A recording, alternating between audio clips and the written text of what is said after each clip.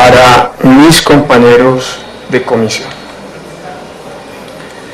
En la medida en que he venido avanzando en este ejercicio político, he venido enfrentando una especie de confrontación personal sobre cuál debiera ser mi tarea y mi labor como congresista.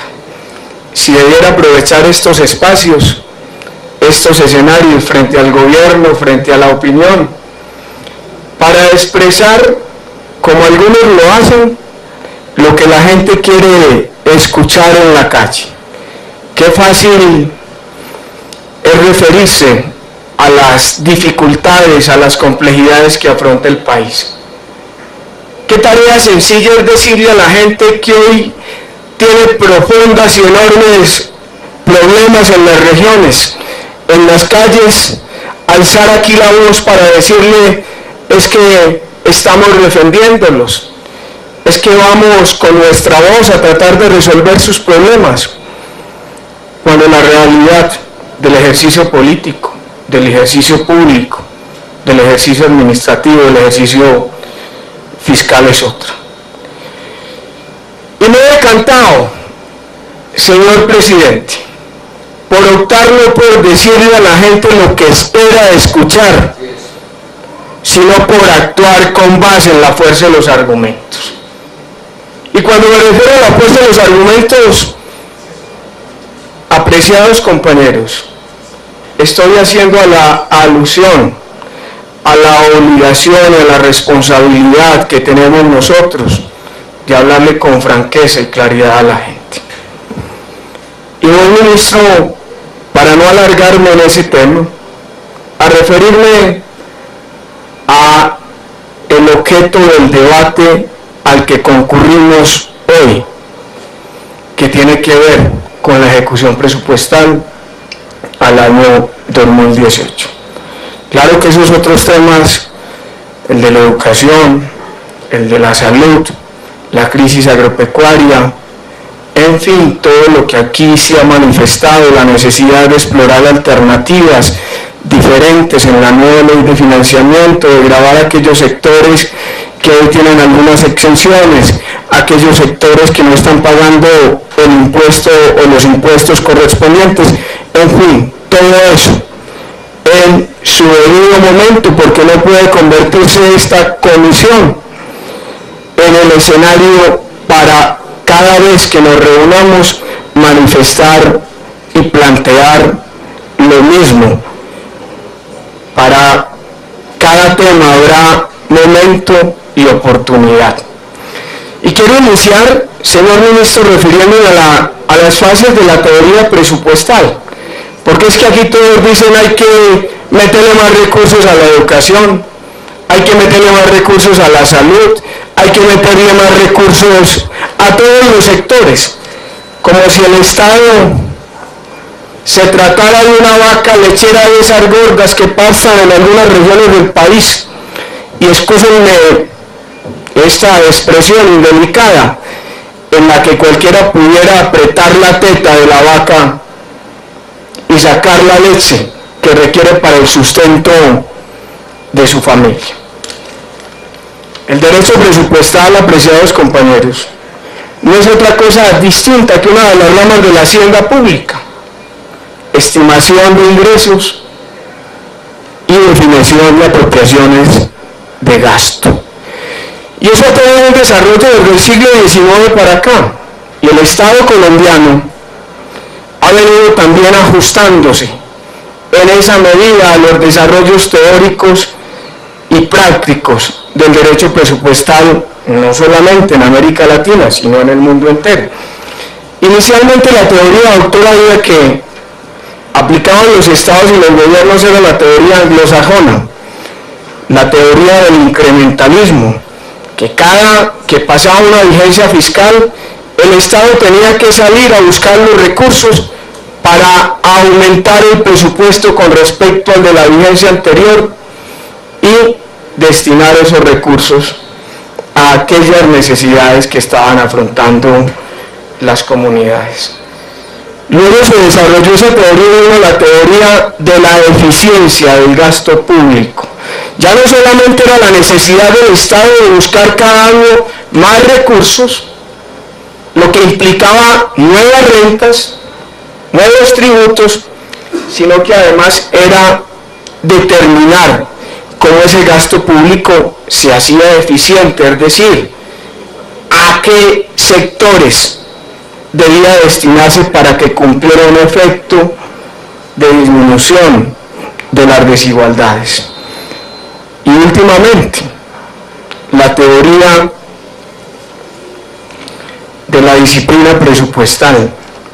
La teoría de la disciplina presupuestal, a raíz de la ineficiencia del gasto público, a raíz de lo que usted también manifestaba, doctor Milton, como muchos gobiernos, de manera irresponsable, se han dedicado a abusar del crédito para efectos de financiar algunas necesidades y algunos temas que no son tan urgentes.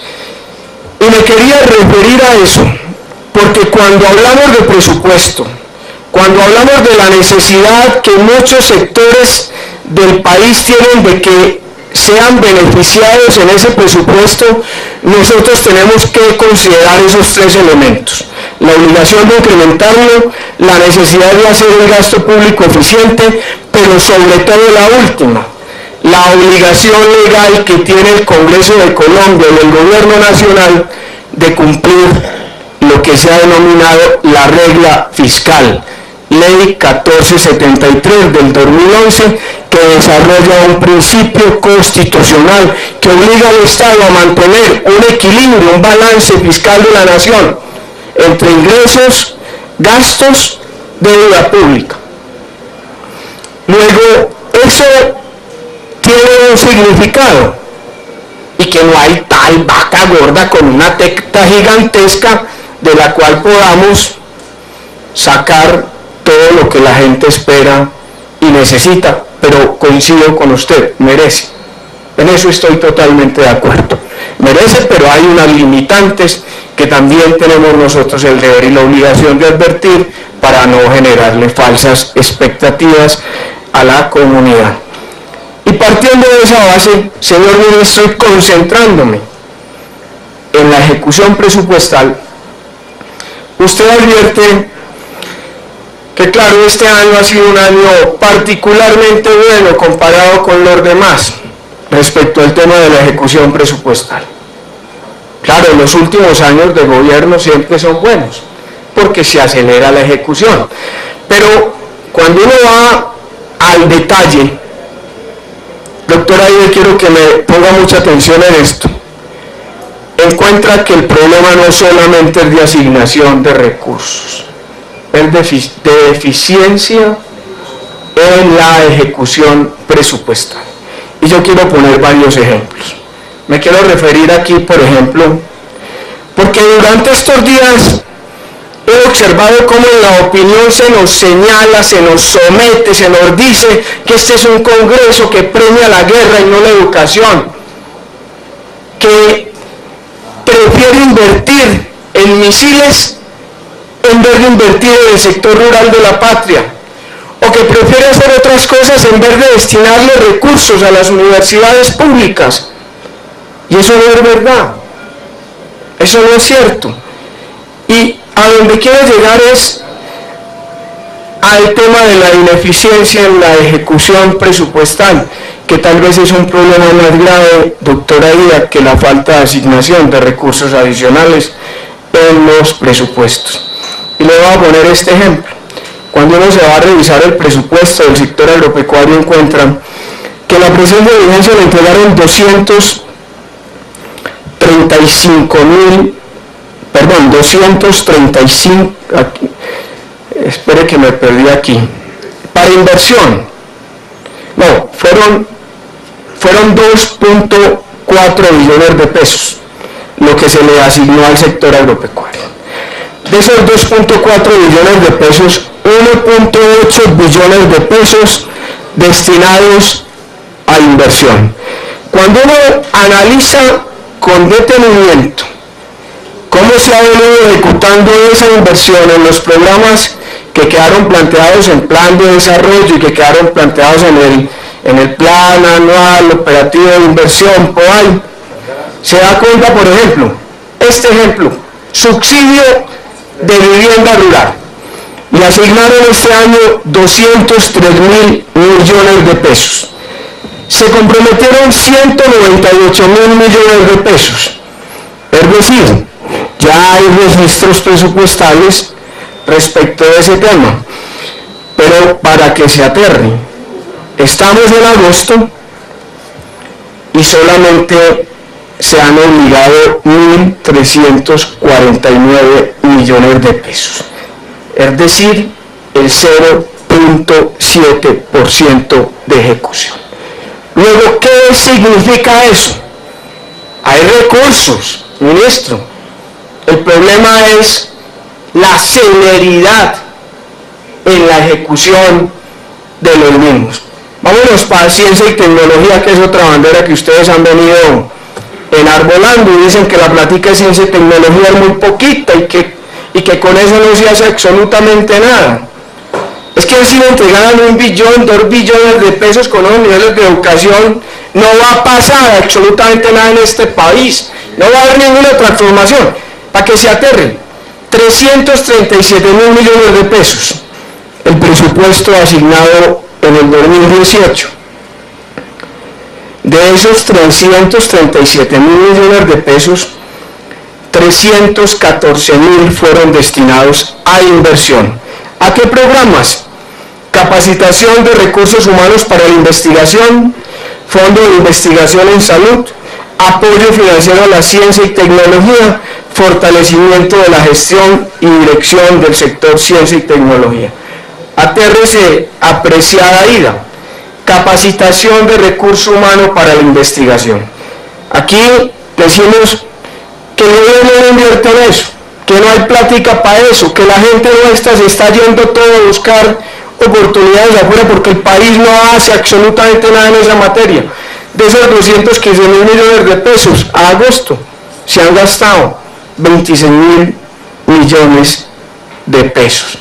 Claro que no va a pasar nada con los niveles de educación tan bajos, señor ministro. Ahí no habrá presupuesto que valga si no hay quien ejecute, reitero, ese tipo de recursos. Y me voy a ir a educación también, y a cultura después. Aquí nos quejamos de cultura. Cultura, 400.000 millones de pesos en la presente vigencia. Inversión, 145.000 millones de pesos. Atérrese usted. En infraestructura cultural, 48.000 millones de pesos, de los cuales a la fecha han ejecutado 7.375. Y vamos en agosto.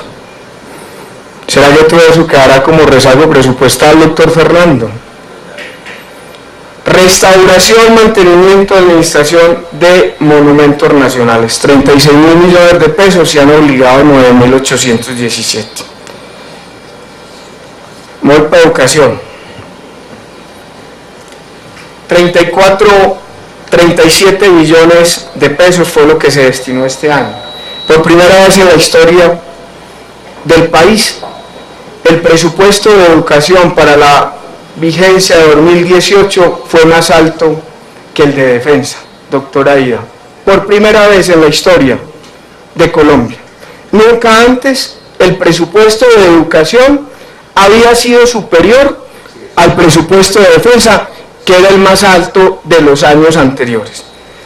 Para inversión se destinaron de esos 37 billones de pesos alrededor de 3.4 billones de pesos. ¿Por qué 3.4 ese monto tan alto? Porque recuerde que lo más costoso en educación son lo que corresponde a transferencias que tienen que ver con pago de docentes.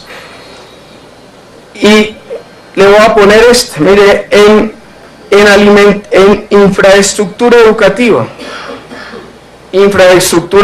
aquí que están hablando de la necesidad de entregarle más recursos a la universidad, porque se están cayendo los edificios, que habrá que cerrarlas porque en esas universidades ya la infraestructura es obsoleta, está acabada, que es cierto. Pero mire este dato, se asignaron 552.000 millones de pesos para infraestructura educativa y a la fecha se han obligado apenas 12.109 millones de pesos.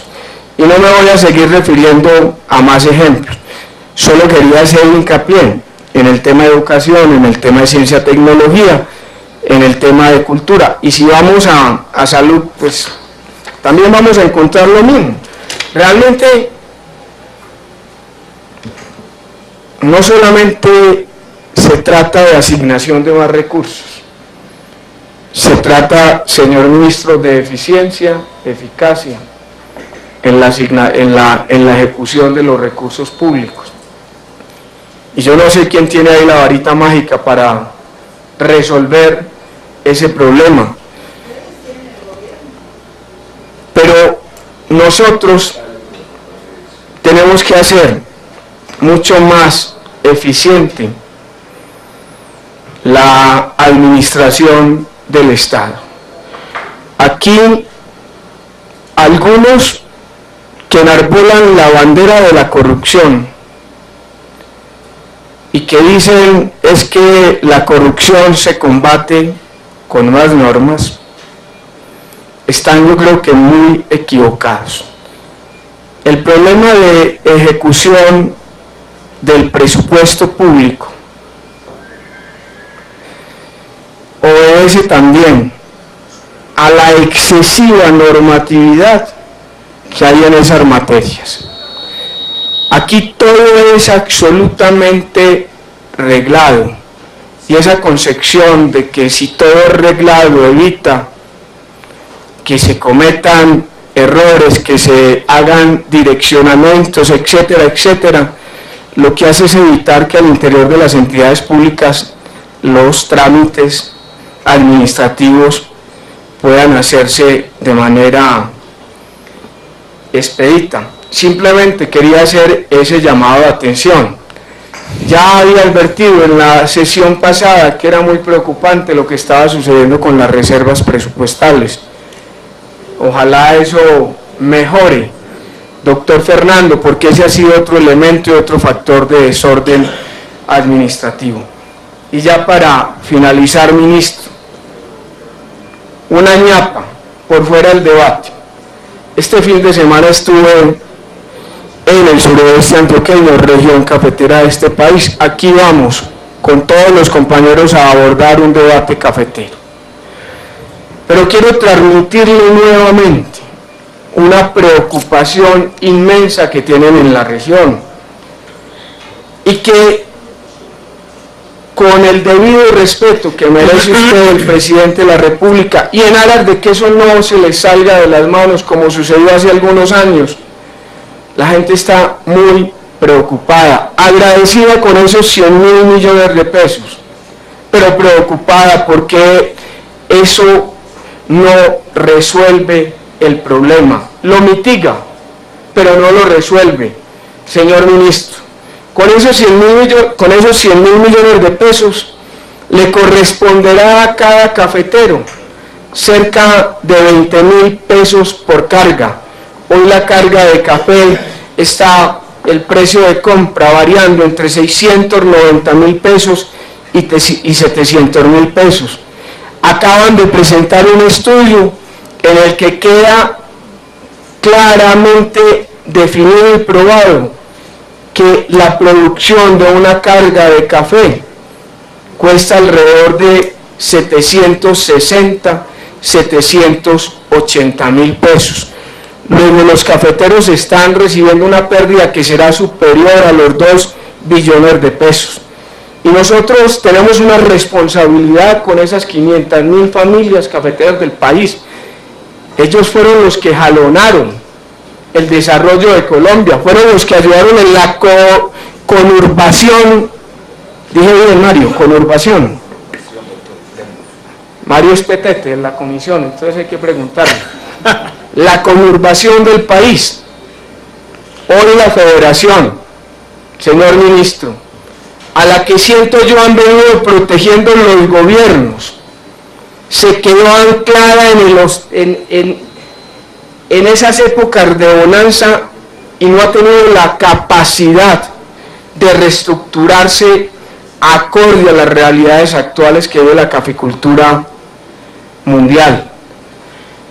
Yo creo que llegó el momento, así como este gobierno lo está haciendo, también de hacer un autoanálisis, de plantear para la vigencia siguiente la reducción en los gastos de funcionamiento, que esta entidad, que respeto, que defiendo, pero que considero llegó el momento de que haga un análisis profundo en su interior.